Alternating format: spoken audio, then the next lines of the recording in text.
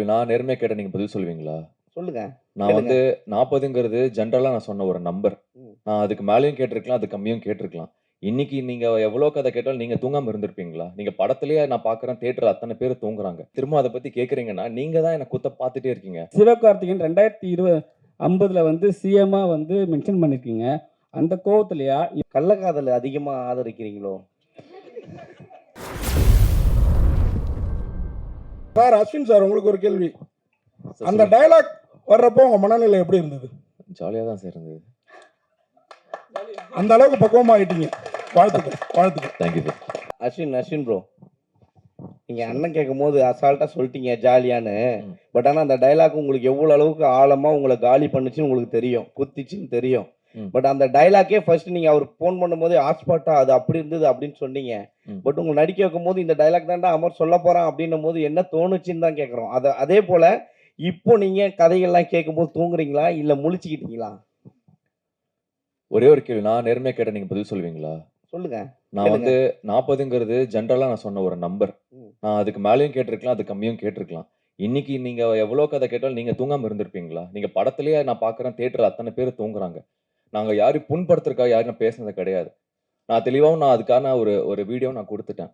நீங்க திரும்ப இப்போ இந்த இதுல வந்து படத்துக்கு வரும்போது நீங்க திரும்ப அத பத்தி கேட்கிறீங்கன்னா, நீங்க தான் என்ன குத்த பார்த்துட்டே இருக்கீங்க. குத்தல நாங்க. நீங்க எடுத்துக்கிட்ட விதம் இப்போ அந்த டயலாக்கே உங்களுக்கு இருக்கிறாங்க. அவ்வளவு போல்டா நீங்க நடிச்சிருக்கீங்க.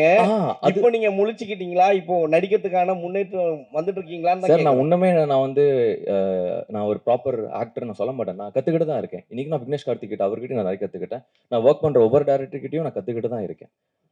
அது ஒரு endless process. Okay, I am cool. Trying to be a better actor. Cool. Vignesh உங்களுக்கு. விக்னேஷ் ஃபர்ஸ்ட் ஸ்டோரியில வந்து 2 பெரிய நாயகன்கள் இறந்த உடனே அதான் அவங்க ரசிகர் இறந்துடுறாங்க. அதுக்கு வந்து அவங்க என்ன சொல்றாங்க? கதையே சொல்லாதீங்க சார். சாரி. அந்த அந்த அந்த இடத்துல வந்து அவங்க ஃபேமிலியை வந்து தத்தெடுக்க சொல்றீங்க. எனக்கு வந்து இப்போ வந்து நீங்க பெரிய லெவல்ல வளர்ந்துட்டீங்க. சரிங்களா? நீங்க பெரிய ஹீரோ ஆயிட்டீங்க. ஹீரோ ஆயிட்டு உங்க சைட்ல இருந்து ஏதோ ஒரு தவறு நடந்து அது மாதிரி ஆயிடுச்சு. உங்க சைட்ல இருந்து நீங்க அந்த ஃபேமிலியை தத்தெடுப்பீங்களா? நானா?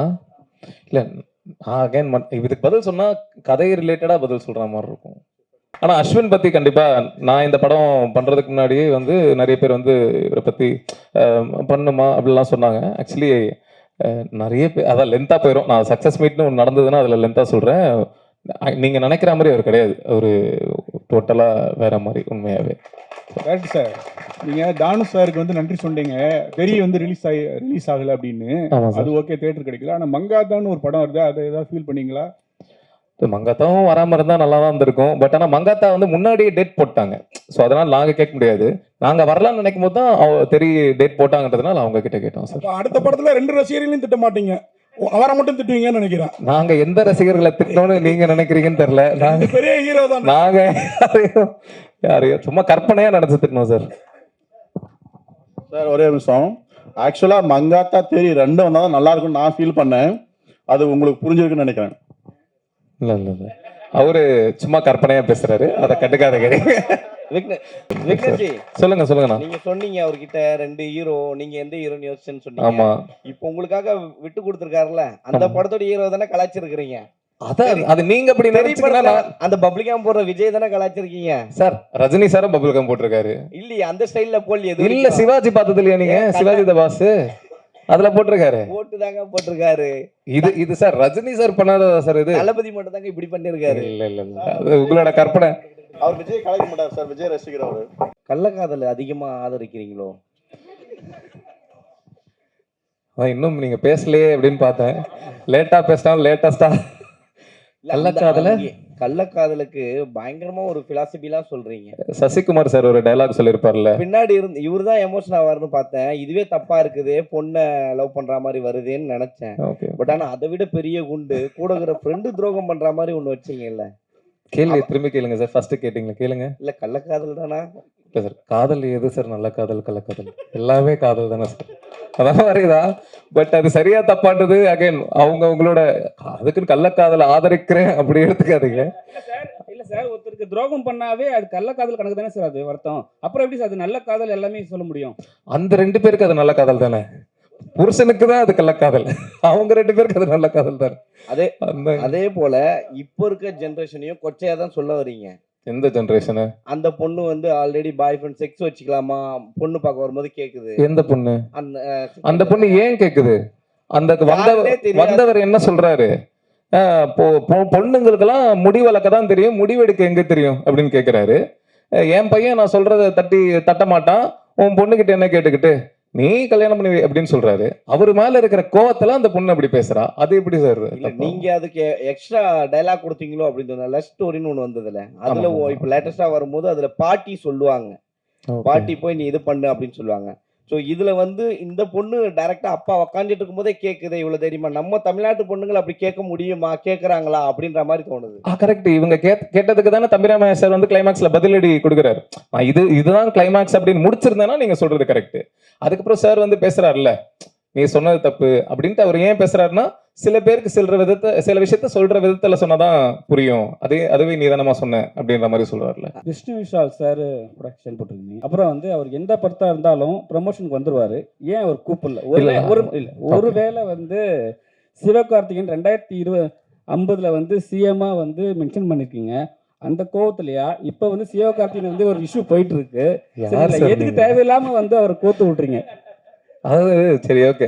விஷ்ணு விஷால் ப்ரோ வந்து ஏன் வர முடியல அப்படின்னா, 30ஆம் தேதி தான் நாங்கள் ரிலீஸ் பிளான் பண்ணியிருந்தோம். ஸோ அதை பொறுத்து அவர் முன்னாடியே ஸ்கெடியூல்லாம் போட்டு அவர் வேற ஷூட்டிங்கு போயிட்டார். அப்புறம் நாங்கள் தளபதி படம் தள்ளினதுனால நம்ம 14 பொங்கல் வரலாம், அப்புறம் 20 அப்பெல்லாம் பிளான் பண்ணதுனால இப்போ அவர் ஊரில் இல்லைன்றதுனால அவர் வர முடியல. அதுதான் ஒன்று. 2வது கேள்வி என்னது?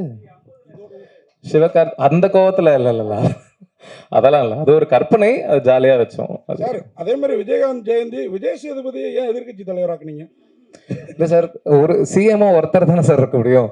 ஸோ அதனால இன்னொருத்தர் எதிர்க்கட்சி தலைவர்னு சொல்லுங்க சார். 2 ரசிகர்களை காமிச்சிங்க, அது மறைமுகமா 2 நடிகர்னு தெரியுது, தாதா ராஜான்னு. உண்மையிலேயே மனசுல அந்த 2 பேரை வச்சுதான் பண்ணி. உங்களுக்கு எந்த 2 பேர் சார் ஃபீல் ஆனாங்க? அது நீங்க யார் நினைச்சீங்களோ அவங்க. நான் யாரையும் நினைக்கல சார். உங்களுக்கு யார் ஃபீல் ஆனாங்களோ அவங்க.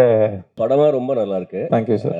சும்மா ஜாலியான கொஸ்டின்ஸ் தான், தப்பா நினைச்சுக்கிறேன். சார் இப்போ ஆக்சுவலாக வெஸ்டர்ன் கண்ட்ரீஸ்லேயே வந்துட்டு இந்த எல்ஜிபிடிலாம் வந்துட்டு இப்போ பேன் பண்ணுறாங்க. அப்படி இருக்கும்பொழுது நம்ம ஊரில் அதை வந்து ஒரு பொது உடைமை ஆக்குற முயற்சிகள் மாதிரி தெரியுது இதில். இல்லை சார், அது சரியா அது நீங்கள் கேட்குறது பெரிய டாபிக் சார். அது இல்லை பெரிய டாபிக், அது சின்ன விஷயம். ஆடியன்ஸ் வந்து அது ரொம்ப அது வந்து கரெக்ட் அப்படின்னு எடுத்துக்குவாங்க, இல்லைன்னா அப்படி ட்ரை பண்ணலாமான்னு எடுத்துக்குவாங்க, அந்த மாதிரி ஏதாவது விஷயம். இல்லை சார், என்னோட கருத்து வந்து இந்த உலகம் எல்லாருக்கும் சொந்தமானது, எல்லாருக்கும் பொதுவானது. ஒவ்வொருத்தருக்கும் ஒவ்வொரு விருப்பு வெறுப்புகள் இருக்கும். ஒவ்வொருத்தருக்கு அது பிரச்சனைன்னு சொல்லக்கூடாது. இப்போ எல்ஜிபிடி அவங்களுக்கு பிரச்சனை, ஏன்னா அது பிரச்சனை கிடையாது, அதுதான் எங்களோட இயற்கை அப்படின்னு அவங்களோட கருத்து இருக்கும். ஸோ எல்லாருக்கும் சொந்தமான உலகத்தில் அவங்களுக்கு பிடிச்ச மாதிரி இருக்கிறது, அடுத்தவங்களை கஷ்டப்படுத்தாத வரைக்கும் அவங்களோட சந்தோஷம் அவங்களோட உரிமை இல்லை சார். அது அவங்களோட கால்.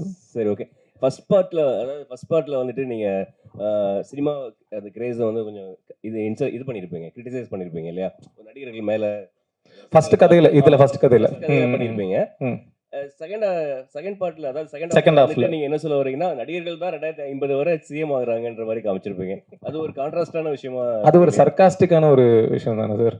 இப்போ இருக்கிற விஷயத்த சொல்றோம், 50 வரைக்கும் இப்படியே இருந்தா அப்படின்னு, அது ஒரு சர்க்காசம் தான் சார். சரி, அப்புறம் மகளையே லவ் பண்ணலாம் அப்படின்ற ஒரு ஐடியா உங்களுக்கு இன்ஸ்பயர் பண்ணது யாராவது இருக்காங்களா?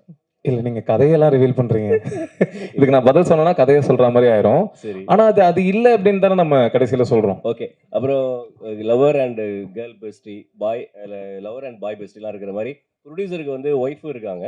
அப்புறம் ஒரு ஒய்ஃப் பெஸ்டி கால் பண்ற மாதிரி தெரியுது. அந்த ஒய்ஃப் பெஸ்டி மாதிரி நெக்ஸ்ட் பார்ட்ல ஏதாவது ஒய்ஃப் பெஸ்டின்ற ஒரு டேர்ம் கொண்டு வர மாதிரி ஏதாவது ஐடியா இருக்கா? இது நான் யோசிக்கிறேன் சார். பார்த்து பண்ணோம்னா அவரே ஜோடி இல்லைன்னு என்கிட்ட கோபமா பேசிக்கிட்டு இருக்காரு.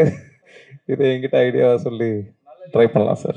ஒன்னோட கம்பேர் பண்ணும்போது அதில் ஒரு ஃபேமிலி டச் ஓரியன்ட் அப்படி இருந்தது. இதில் எல்லாமே வந்து உங்களுக்கு 3 டாப்பிக்குமே ஒரு கான்ட்ரவர்சியாகவே தான் சுற்றி வருது. அதுக்குண்டான சொல்யூஷனும் கொஞ்சம் முடிக்கும் போது அப்படி கொஞ்சம் அலூஃபாக முடிச்சுட்டு போகிற மாதிரி இருக்குன்னு சொல்ல வரேன். Okay sir. வெளிப்படையாக அதில் ஒரு வெளிப்படைத்தன்மை இருந்தது ஃபர்ஸ்ட்டில். தெரியலையே, எனக்கு கேள்வி எப்படி சொல்றது. நான் எனக்கு தெரிஞ்ச அளவுக்கு என்ன அதை சொல்யூஷனாக சொல்ல முடியுமோ அதை சொல்ல ட்ரை பண்ணியிருக்கேன். ஃபர்ஸ்ட் கதையிலையும் சரி, செகண்ட் கதையிலையும் சரி. கடைசி கதையில் சொல்யூஷன் கிடையாது, ஒரு காதலை பற்றி பேசியிருக்கோம். அதுக்கப்புறம் ஒரு ஷாக்கிங்கான ஒரு எண்டு கொடுத்துருக்கோம். அதுதான் சார். ஓகே. லெஸ்பியன் என்னும் ஒரு இனச்சேர்க்கை வந்து அதை எதிர்க்கிறவங்க என்ன சொல்கிறாங்கன்னா, அது ஒரு வாழ்க்கை முறை அல்ல, செக்ஸில் ஒரு வகை அப்படின்னு தான் சொல்கிறாங்க. நீங்கள் இதை ஏற்றுக்கிற மாதிரியே கதையை கொண்டு போய் இருக்கீங்க. ஆமாம் சார். உங்களுடைய கருத்து என்ன? இல்லை சார், நான் ஏற்றுக்கிறேன் சார். அதான் சொன்னேனே, ஒவ்வொருத்தருக்கும் அவங்களோட விருப்பு வெறுப்புகள் அவங்களோட உரிமை. அதை நாம இதுதான் சரி இதுதான் தப்புன்னு சொல்லி, இப்போது நீங்கள் தாடி வச்சுருக்கீங்க, தாடி வைக்கக்கூடாதுன்னு நான் சொன்னால் சரியா சார்? அது உங்களோட உரிமை இல்லை, உங்களோட விருப்பு வெறுப்பு இல்லை. அது இப்போ அரிக்கும், குளிச்சுட்டு துவைக்கிறதுக்கு இதை துவட்டுறதுக்கு கஷ்டமாக இருக்கும் அப்போலாம் சொன்னால் நான் பார்த்துக்கிறேன் அப்படின்னு தானே நீங்கள் சொல்லுவீங்க. அதே மாதிரி தானே அவங்க. இப்போ நான் லெஸ்பியன், இப்போ நான் ஒரு கேன்னு வச்சுக்கோங்களேன், நான் கேவாக இருக்கிறதுனால உங்களுக்கு என்ன அது பாதிப்பாக போகுது அப்படின்னு தானே நான் கேட்பேன். புரியுதுல உங்களுக்கு? ஸோ அவங்களோட உரிமை சார். இப்போ நிறைய பேர் அப்படின்னா ஒரு ஆணும் பெண்ணும் கல்யாணம் பண்ணிக்கிறாங்க, நான் குழந்தை பெற்றுக்க மாட்டேன் அப்படின்னு முடிவு பண்ணிட்டு வாழ்றாங்க. அப்போ கூட குடும்பம் தொடராதே சார். அப்போ என்ன சொல்லுவீங்க? அதான் அது தப்புன்னு சொல்லலாமே. அதான் சார், அகைன் அப்போ ஒரு ஆணும் ஒரு பெண்ணும் கல்யாணம் பண்ணிட்டு குழந்தை பெற்றே தான் ஆகணும் அப்படின்னு ரூல் கிடையாதுல்ல. நிறைய பேர் குழந்தை பெற்றுக்காமலும் வாழ்றாங்கல்ல. ரூல் இல்லை. உங்கள் அம்மா அப்பாவும் எனக்கு அம்மா அப்பாவும் அப்படி தானே போயிருக்காங்க, அதனால கேட்குறேன். கவர்மெண்ட் ஆஃப் இந்தியா எல்லாரும் குழந்தை பெற்றுக்கணும்னு ரூல்லாம் கிடையாது சார். அக்ரிமெண்ட்டை காட்டுங்க சார். சார் இல்லை அக்ரிமெண்ட்லாம் இப்போ நான் கல்யாணம் பண்ணிக்கிறேன், என் ஒய்ஃபும் நானும் குழந்தை பெற்றுக்கணுமா வேணாமான்றது நான் தானே சார் முடிவு பண்ணணும். அது ரூல் கிடையாதுல்ல. Oh support, okay okay right right. இல்லை ஓகே, இல்லை அது லீகல் தான். 377 ரூல். இப்போ இந்த கதைக்கு பர்டிகுலராக அந்த ஃபர்ஸ்ட் ஸ்டோரிக்கு மட்டுமே வந்து நிறைய சம்பவங்கள் உங்களை ஏதாச்சும் பாதிச்சுதா? இந்த கரூர் சம்பவம் மாதிரி ஏதாவது? இல்லை சார், நாங்கள் இந்த கதையை வந்து 2024 மேவா ஜூனா 2024 மேவோ ஜூனோ ஷூட் பண்ணிட்டோம் கதையை. 24 நான் சொல்றது போன வருஷம். எங்ககிட்ட ஃபுட்டேஜும் இருக்கு, அது பார்த்தீங்கன்னா உங்களுக்கு டேட் முத கொண்டு ரஷ்ல பார்த்தீங்கன்னா கண்டுபிடிச்சிடலாம். ஸோ அதுக்கும் இதுக்கும் சம்மந்தமே இல்லை. என் கதை எழுதுனது வந்து 2021, எப்பயோ எழுதி ரெஜிஸ்டர்லாம் பண்ணியாச்சு. ஸோ அதனால அதுக்கும் இதுக்கும் இன்னொன்று வந்து லெஸ்பியன் ரிலேஷன்ஷிப் வந்து பார்த்தீங்கன்னா செக்ஷுவலாக தான் ஸ்டார்ட் ஆகுது அப்படிங்கிற மாதிரி சொல்லியிருப்பீங்க. ஏன்னா ஃபர்ஸ்ட் வந்து உங்கள் ஒய்ஃப் வந்து பார்த்தீங்கன்னா ஃபிசிக்கல் ரிலேஷன்ஷிப் ஸ்டார்ட் பண்ணுறப்ப தான் வந்து பார்த்தீங்கன்னா அது எனக்கு இன்ட்ரெஸ்ட் இல்லை, லெஸ்பியனாக வருது அப்படின்ட்டு வருது. ஸோ லெஸ்பியன் வந்து வெறும் செக்ஸை மட்டும் தான் டிமாண்ட் பண்ணுது அப்படிங்க நினைக்கிறீங்க? அவ்வளோ டீட்டெயில்டெல்லாம் சொல்லவே இல்லையே சார். அந்த இடத்துல எனக்கு ஒரு 5-10 நிமிஷம் தான் இருந்தது. அதுக்குள்ளே அதை எப்படி சொல்ல முடியுமோ அப்படி சொல்ல ட்ரை பண்ணேன். ஸோ இல்லை சார். Thank you sir.